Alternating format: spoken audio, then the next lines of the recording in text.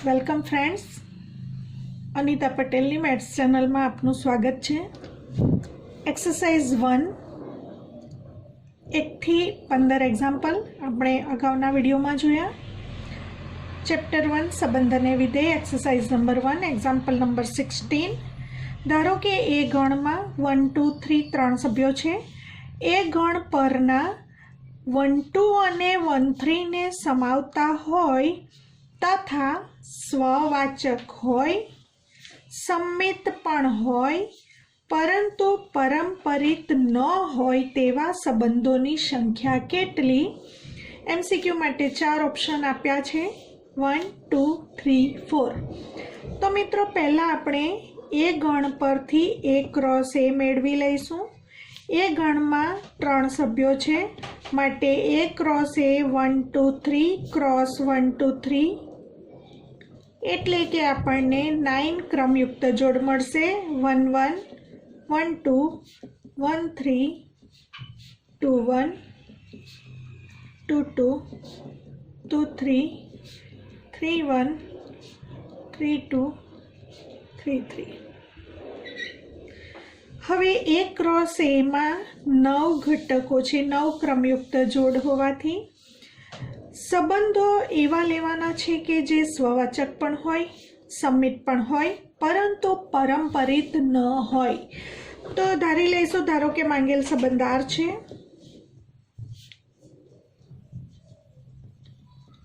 માંગેલ સંબંધને આપણે નામ આપીશું R। હવે પહેલા સંબંધ સ્વવાચક છે એમ આપેલ છે। R સ્વવાચક હોવાથી સ્વવાચક હોવા માટે એની ક્રમયુક્ત જોડ R માં હોવી જોઈએ।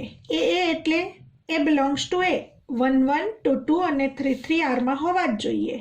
તો 1 1 belongs two R, 2 2 belongs two R અને 3 3 બિલોંગ્સ ટુ R હોવું જરૂરી છે। નંબર 1 પરિણામ 1 આપીશું।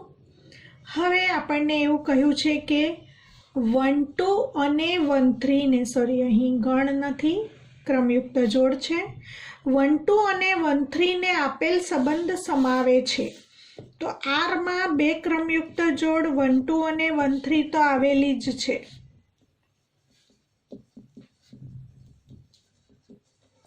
એનો મતલબ 1 2 belongs two R, 1 3 belongs to R। પરિણામ 2। હવે મિત્રો આપેલ સંબંધ સંમિત પણ છે। R સંમિત સંબંધ હોવાથી, હવે સંમિત માટે આપણે શીખી ગયા, જો એ બી R માં હોય તો બી એ R માં હોવું ફરજિયાત છે। તો મિત્રો અહીં 1 2 R માં છે, એનો મતલબ 2 1 પણ R માં છે તથા 1 3 R માં છે, ઇમ્પ્લાઇઝ 3 1 પણ R માં છે। એને કહીશું પરિણામ નંબર 3। હવે મિત્રો આપેલ સંબંધ પરંપરિત નથી એવું કહ્યું છે, માટે સ્વવાચક છે, સંમિત છે અને 1 2 અને 1 3 નો સમાવેશ કરે છે। તો આપણે પરિણામ 1 2 અને 3 ઉપરથી પહેલો શક્ય સંબંધ R લખી શકીશું। R માં 1 1 2 2 3 3 તો છે જ,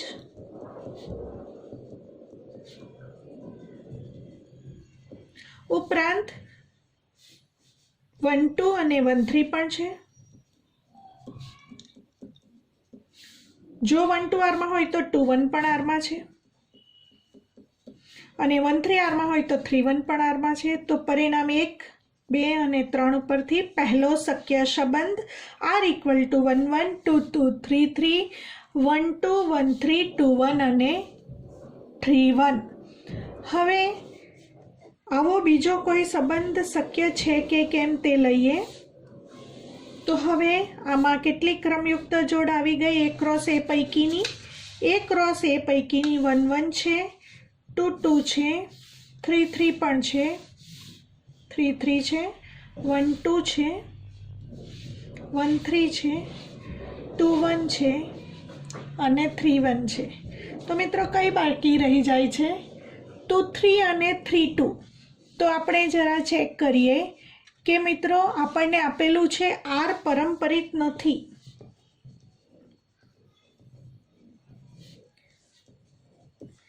તેમ આપેલું છે માટે આર બરાબર, હવે જો આપણે 2 3 આરમાં લઈએ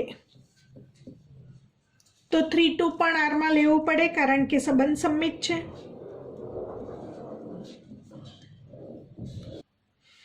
જો 2 3 બિલોંગ્સ ટુ આર લઈએ તો સંમિત હોવા માટે 3 2 બિલોંગ્સ ટુ આર લેવું પડે।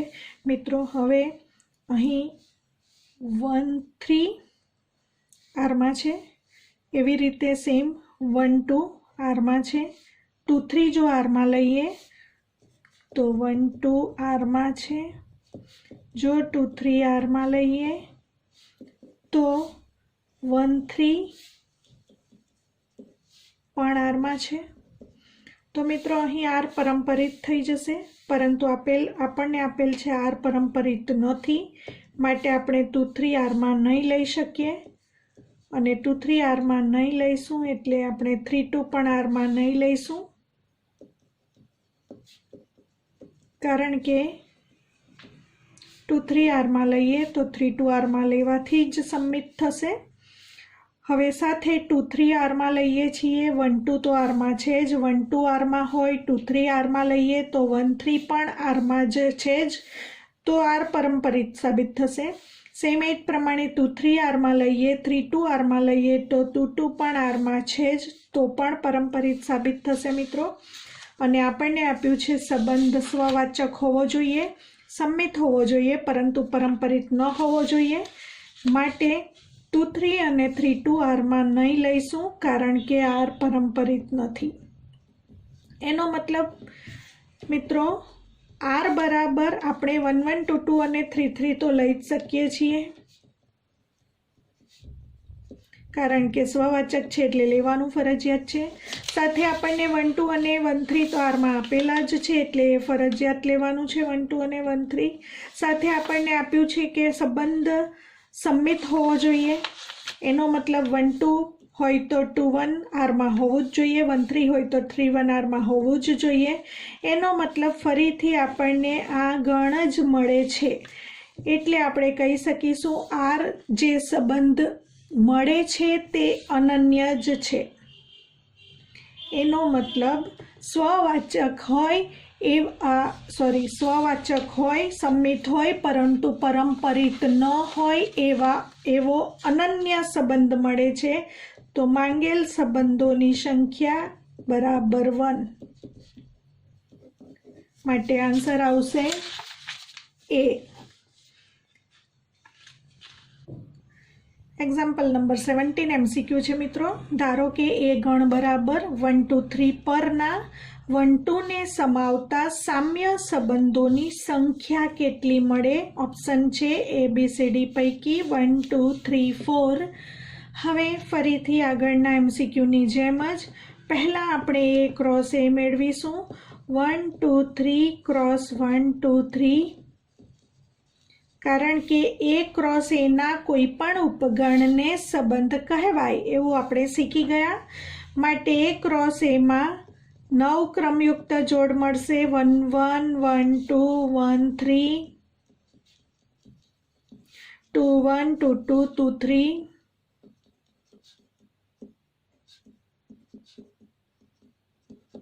3 1 3 2 3 3।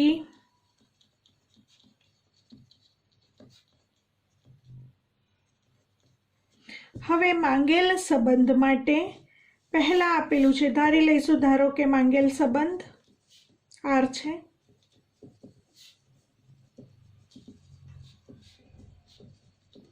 હવે 1 2 ને સમાવતો સામ્ય સંબંધ છે તો 1 2 બિલોંગ્સ ટુ આર છે જ, આપણને આપ્યું છે કે 1 2 નો સમાવેશ થવો જોઈએ, પરિણામ 1।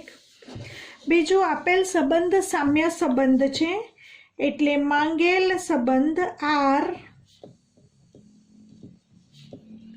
સામ્ય હોવાથી સ્વવાચક હોય જ, સંમિત પણ હોય જ અને પરંપરિત પણ હોય જ. સ્વવાચક હોય તો મિત્રો આપણને ખબર છે for every a belongs to a માટે એ બિલોંગ્સ ટુ આર એટલે 1 1 2 2 અને 3 3 આરમાં હોવા જરૂરી છે. 1 1 belongs to R, 2 2 belongs to R અને 3 3 બિલોંગ્સ ટુ આર, તો જ આપેલ સંબંધ સ્વવાચક થશે. હવે આર સમિત પણ છે કારણ કે આર સામ્ય સંબંધ હોવો જોઈએ. સમિત હોવાને કારણે 1 2 આપણે આરમાં લઈશું તો 2 1 આપણે આરમાં લેવું જ પડશે. 1 2 બિલોંગ્સ ટુ આર આપણને કહ્યું જ છે કે 1 2 ને સમાવતો સામ્ય સંબંધની સંખ્યા કેટલી, તો 1 2 આરમાં હોય તો 2 1 આરમાં હોવો જરૂરી છે, તો જ આર સમિત સંબંધ કહેવાશે. હવે મિત્રો આર પરંપરિત સંબંધ પણ છે એટલે પરિણામ 1 અને પરિણામ 2 કહી દઈશું અને આને પરિણામ 3 કહી દઈશું. આર પરંપરિત પણ છે તો માટે પરિણામ 1, પરિણામ 2 અને પરિણામ 3 પરથી પહેલો માંગેલ સંબંધ, ધારો કે આપણને આટલી ક્રમયુક્ત જોડ ધરાવતો સંબંધ લઈ લઈએ.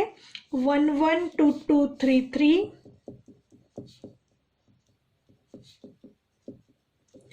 1 2 અને 2 1.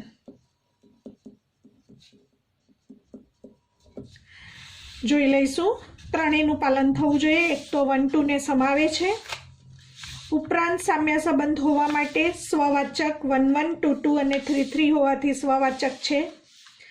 સમિત હોવા માટે 1 2 આરમાં છે માટે 2 1 પણ આરમાં છે, R1 માં છે. પરંપરિત હોવા માટે આ 3 ઘટકો ચકાસવાના નથી રહેતા. આ 2 ઘટકો માટે 1 ને સંગત 2 છે તો 2 ને સંગત 1 છે માટે 1 ને સંગત 1 એટલે કે 1 1 R1 માં છે જ, માટે આ સંબંધ R1 સામ્ય સંબંધ પણ છે તથા 1 2 ને સમાવે પણ છે. તો આપણને આવો એક સંબંધ R1 મળ્યો.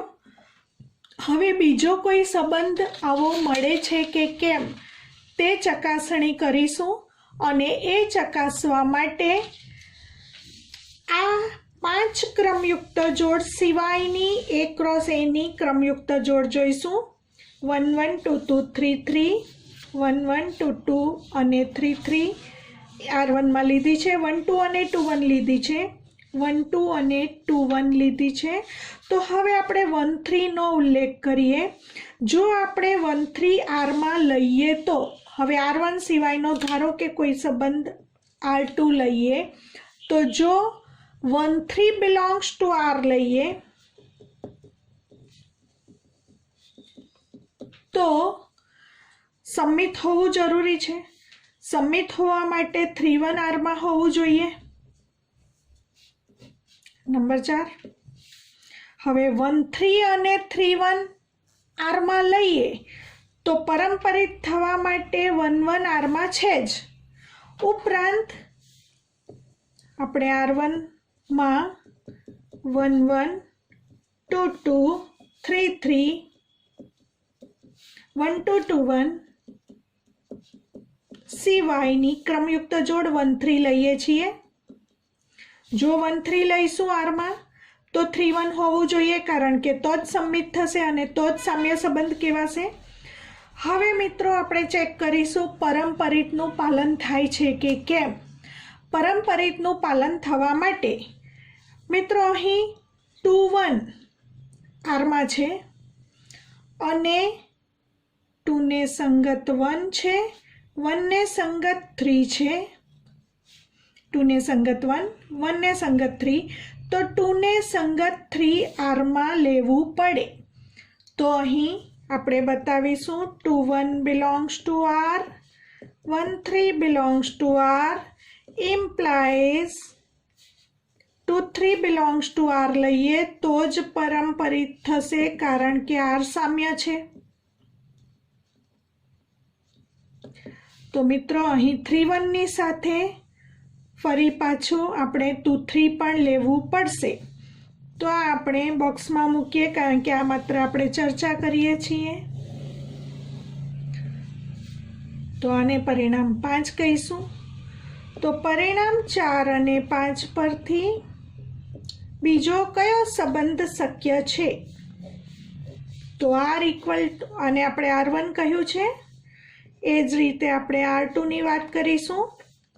R1 ની તમામ ક્રમયુક્ત જોડો તો લેવાની જ છે સ્વવાચક હોવા માટે, અને 1 2 ને સમાવે છે માટે 1 2 અને 2 1 તો લેવાના જ છે.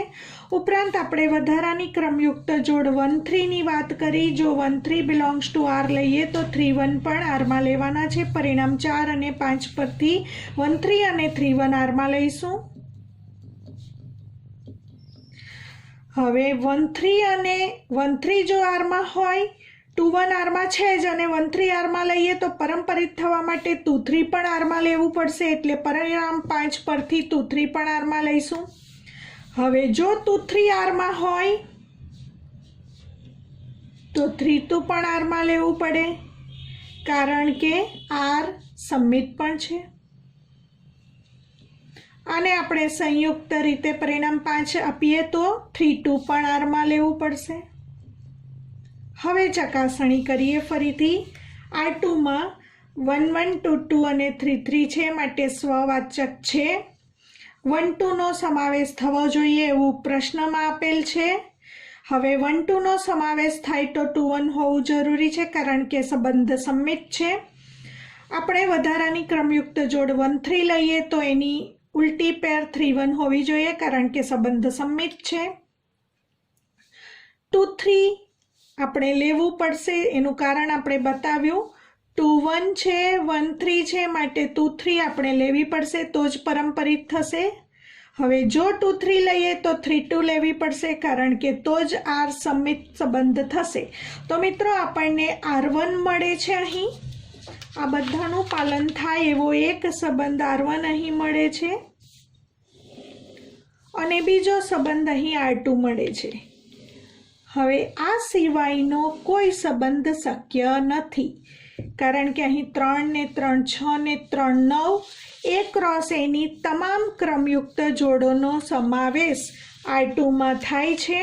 માટે આવા શક્ય સંબંધો જે સામ્ય સંબંધ હોય અને 1 2 ને સમાવે એવા R1 અને R2 બે જ સંબંધો શક્ય છે. માટે અહીં ઓપ્શન આવશે 2. આપણે જોઈશું મિત્રો 18મું એક્ઝામ્પલ. એક્ઝામ્પલ નંબર 18 જોઈશું. ધારો કે f from R to R ચિહ્ન વિધેય છે. મિત્રો યાદ કરો, ચિહ્ન વિધેય સાઇનમ ફંક્શન તરીકે ઓળખાય છે. ધોરણ 11માં આપણે શીખી ગયા. અને એના 3 પાર્ટ છે. fx ઇક્વલ ટુ 1 મળે જો x ગ્રેટર દેન 0 હોય તો, fx ઇક્વલ ટુ 0 મળે જો x ઇક્વલ ટુ 0 હોય તો, અને fx ઇક્વલ ટુ -1 મળે જો x લેસ દેન 0 હોય તો. અને યાદ કરી લઈએ, ચિહ્ન વિધેય એટલે કે સાઇનમ ફંક્શનનો રેન્જ ઓફ f માં આ 3 જ ઘટકો મળશે, -1 0 અને 1. બીજું વિધેય g from R to R આપ્યું છે. gx બરાબર બ્રેકેટ x એટલે કે મહત્તમ પૂર્ણાંક ભાગ વિધેય. એનું બીજું નામ છે ફ્લોર ફંક્શન. અને આપણે યાદ કરી લઈએ, પ્રદેશ ગણાર છે અને બધી કિંમતો આમાં મૂક્યા પછી જે બધા y મળે છે એટલે કે રેન્જ ઓફ g આવશે z. એ યાદ કરી લઈએ. તો f નોટ g અને g નોટ f એ વિવૃત્ત 0 થી સંવૃત્ત 1 માં એકના એક જ સમાન છે. એટલે કે f નોટ g અને g નોટ f આ અંતરાલમાં સમાન વિધેય છે એવું આપણે બતાવવાનું છે. તો સૌથી પહેલા અહીં f વિધેય, ચિહ્ન વિધેય 3 ભાગમાં વહેંચાયેલું છે, અને g વિધેય મહત્તમ પૂર્ણાંક ભાગ વિધેય એટલે કે ફ્લોર ફંક્શન હોવાને કારણે પહેલા તો ચેક કરીએ કે f નોટ g ક્યાંથી ક્યાંનું વિધેય મળે અને g નોટ f પણ ક્યાંથી ક્યાંનું વિધેય મળે. પહેલા f from R to R છે અને g from R to R છે, એટલે આપણે લખી દઈશું. આવશ્યક શરત જે છે f નોટ g અને g નોટ f મળવા માટેની, એનું પાલન થાય જ છે, કારણ કે બંને વિધેયો R થી R પરના હોવાથી. પ્રથમ આપણે લખીશું f not g from R to R મળે અને g not f from R to R મળે. હવે આપણે વાત કરીશું પ્રથમ એફ નોટ જી મેળવવા માટે. અહીં એક્સ બિલોંગ્સ ટુ આર લઈશું, માટે 3 શક્યતાઓ છે. આપણે પહેલા વાત કરીશું એફ નોટ જીની. હવે પાછળનું વિધેય જી છે. જી વિધેય માટે પ્રદેશ આર છે, માટે એક્સ બિલોંગ્સ ટુ આરને આપણે 3 ભાગમાં વહેંચીશું. અહીં 3 વિકલ્પો છે. નંબર 1 આવશે, આપણે એક્સની value greater than or equal to 1 લઈશું. નંબર 2માં આપણે એક્સની વેલ્યુ સંવૃત 0થી વિવૃત 1માં લઈશું. કારણ કે મિત્રો શીખી ગયા, જ્યારે ફ્લોર ફંક્શનની વાત આવે ત્યારે અપૂર્ણાંક કિંમત આવે અને એમાં ઋણ કિંમત માટે ફ્લોર ફંક્શનની વાત અલગ હોય, 0થી 1 વચ્ચેના કિંમતો માટે અલગ હોય અને 1થી મોટી કિંમતો માટે પણ અલગ હોય. તો અહીં 3 ભાગ લઈશું, સંવૃત 0થી વિવૃત 1 અને ત્રીજો પાર્ટ લઈશું આપણે એક્સની કિંમત લેસ ધેન 0, 0 કરતાં નાની એટલે ઋણ લઈશું. 0 હોય અથવા 0 અને 1ની વચ્ચે લઈશું. 1 હોય અથવા 1 કરતાં મોટી કિંમત લઈશું. તો હવે વ્યાખ્યાયિત કરીશું. નંબર 1 પહેલાં લઈશું પહેલો વિકલ્પ. જો X greater than or equal to 1 હોય મિત્રો, તો F not G of X વ્યાખ્યાયિત કરીશું equal to F of G X. હવે gx વિધેય મૂકી દઈશું. gx બરાબર ફ્લોરેક્સ. તો એફ વિધેયમાં gx જે બેઠું વિધેય છે ફ્લોરેક્સ. હવે આનો મતલબ થશે એફ વિધેયમાં જ્યાં પણ એક્સ છે ત્યાં આપણે ફ્લોરેક્સ ફંક્શન મૂકવાનું છે. હવે એફ વિધેયમાં જ્યાં પણ એક્સ છે, પહેલાં તો ફ્લોરેક્સની વાત કરીશું. ફ્લોરેક્સની વાત કરીશું તો એક્સની કિંમત 1 અથવા 1 કરતાં મોટી છે. એનો મતલબ મિત્રો નજીકની કિંમત માટે 1 અને 2ની વચ્ચે લઈએ તો ફ્લોરેક્સનો આન્સર આપણે શીખી ગયા આ તરફ જે હોય તે મળે. તો આપણને મળશે ફ્લોરેક્સ ઇક્વલ ટુ 1. કારણ કે x greater than or equal to 1 માટે ફ્લોરેક્સ ઇક્વલ ટુ 1, તો ફ્લોરેક્સ ઇક્વલ ટુ 1 મૂકી દઈશું એફ ઓફ 1. હવે 1 એફ વિધેયમાં 1 મૂકવાનું છે. એક્સ બરાબર 1 મૂકીએ તો એક્સ બરાબર 1 મૂકવાથી 1 ગ્રેટર દેન 0 છે, માટે આન્સર આવશે 1. તો એફ ઓફ 1 ઇક્વલ ટુ 1 આ પ્રથમ આન્સર મળે છે. બીજી શક્યતા લઈશું. બીજી શક્યતામાં ધારો કે એક્સ સંવૃત 0થી વિવૃત 1માં લઈશું. તો F not G of x equal to F of g x equal to, હવે જી એક્સ ફરીથી ફ્લોરેક્સ લખીશું એફ ઓફ ફ્લોરેક્સ. હવે મિત્રો ફરીથી આ જ પ્રમાણે શરતનો ઉપયોગ કરીશું.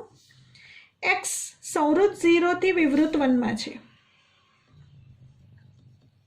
એનો મતલબ 0 less than or equal to X less than 1 છે. એનો મતલબ ફ્લોરેક્સનો આન્સર મિત્રો 0 આવશે, આ તરફ જે હોય તે આવશે. તો અહીં ફ્લોરેક્સનો આન્સર 0 મૂકીશું. એફ ઓફ 0 મેળવીશું. મિત્રો ધ્યાનથી સમજજો, આ ખૂબ સ્પષ્ટતાપૂર્વક સમજાવું છું તમને, કારણ કે જ્યારે ફ્લોર ફંક્શન અને સાઇનમ ફંક્શન એટલે કે મહત્તમ પૂર્ણાંક ભાગ વિધેય અને ચિહ્ન વિધેયની વાત આવે ત્યારે કન્સેપ્ટ થોડો ધ્યાનથી સમજવાનો. એફ ઓફ 0, એફ વિધેય 3 ભાગમાં વહેંચાયેલું છે, પરંતુ આપણે એક્સની ફ્લોરે 0 મૂકવાના છે. જ્યાં એક્સ છે ત્યાં 0, એક્સ છે ત્યાં 0 મૂકવાના છે, ત્યારે આન્સર 0 છે. તો આનો આન્સર 0 મળે છે. ત્રીજો પાર્ટ લઈશું. થર્ડ પાર્ટમાં આપણે ત્રીજી શક્યતા એક્સ લેસ ધેન 0 લીધી છે. જો એક્સ લેસ ધેન 0 હોય તો F not G of x equal to ફરીથી f of g x equal to F of floor x. હવે મિત્રો ફરીથી શરત જોઈશું x less than 0. X less than 0 એટલે 0 કરતાં નાની કિંમત એટલે કોની વચ્ચે? -1 અને 0ની વચ્ચે. જો -1 અને 0ની વચ્ચે હોય મિત્રો તો ફ્લોર એક્સનો આન્સર આ તરફ હોય તે મળે એટલે કે -1 મળશે. ફ્લોર એક્સનો આન્સર -1 મૂકીશું. Floor x equal to -1. હવે એફ ઓફ -1 એટલે એક્સ ની જગ્યાએ -1 તો એક્સ ઋણ છે. એક્સ ઋણ હોય ત્યારે આન્સર -1 આવશે. તો અહીં -1 આન્સર મળશે. તો મિત્રો એફ નોટ જી માટે 3 આન્સર મળે છે 1, 0, -1. હવે એ જ પ્રમાણે જી નોટ એફ માટેની ચર્ચા કરીશું. જી નોટ એફ માટે પણ 3 વિકલ્પો છે. પહેલો વિકલ્પ લઈશું. હવે જી નોટ એફ માટે પણ આરના 3 ભાગ કરીશું. તો પહેલી શક્યતા લઈશું એક્સ લેસ દેન 0. હવે મિત્રો પહેલા આપણે એફ નોટ જીની વાત કરવાની હતી એટલે જી વિધેયના અનુસંધાનમાં આપણે આના ભાગ કર્યા હતા. X greater than or equal to 1, x belongs to સંવૃત 0 થી વિવૃત 1 અને એક્સ લેસ દેન 0. પરંતુ હવે આપણે એફ વિધેયના સંદર્ભમાં 3 ભાગ આને અનુલક્ષીને કરવા પડે એટલે આપણે 3 શક્યતાઓ લઈશું. X greater then 0, x equal to 0 અને x લેસ દેન 0. હવે પહેલો પાર્ટ લઈશું. જો x ગ્રેટર દેન 0 હોય તો આપણે મેળવવાનું છે જી not F of x equal to G of F x. હવે મિત્રો g of F x equal to fx વિધેય જોવાનું છે. ક્યારે x ગ્રેટર દેન 0 હોય ત્યારે fx શું થાય? x ગ્રેટર દેન 0 હોય ત્યારે fx ઇક્વલ ટુ 1.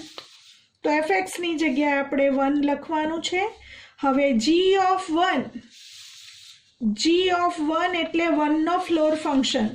1 તો પૂર્ણાંક સંખ્યા છે અને પૂર્ણાંક સંખ્યાના ફ્લોર ફંક્શનની વેલ્યુ તેની તે જ મળે તો પહેલો આન્સર મળે છે 1. હવે આપણે બીજો વિકલ્પ લઈશું x ઇક્વલ ટુ 0.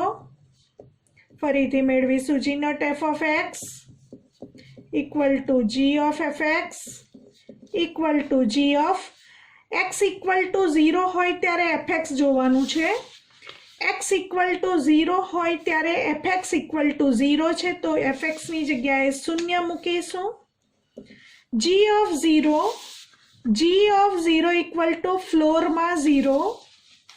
0 પૂર્ણાંક સંખ્યા છે અને એના ફ્લોર ફંક્શનની વેલ્યુ તેની તે જ મળે તો બીજો આન્સર 0 મળે છે. નંબર 3, ત્રીજો વિકલ્પ એક્સ લેસ દેન 0 છે. જી નોટ એફ ઓફ એક્સ મેળવીશું equal to G of F x equal to X less than 0 માટે fx શું થાય તે લખવાનું છે. x લેસ દેન 0 માટે fx equal to -1. x less than 0 માટે fx ઇક્વલ ટુ -1 મૂકીશું. તો g of fx equal to -1. હવે g ઓફ -1 ઇક્વલ ટુ -1 નો ફ્લોર ફંક્શન. -1 નો ફ્લોર એટલે -1 પૂર્ણાંક સંખ્યા છે એના મહત્તમ પૂર્ણાંક ભાગ વિધેયની કિંમત તેની તે જ મળે -1. તો મિત્રો હવે આપણે એફ નોટ જી અને જી નોટ એફની ચર્ચા કરીએ. અહીં પણ 1, 0, -1 આન્સર મળે છે. અહીં પણ 1, 0, -1 આન્સર મળે છે. એનો મતલબ આપણે કહી શકીશું એફ નોટ જી અને જી નોટ એફ એ વિવૃત 0 થી સંવૃત 1માં એકના એક સમાન છે એટલે સમાન છે. For every x belongs to વિવૃત 0 થી સંવૃત 1 માટે આપણે કહી શકીશું f not g equal to g not F.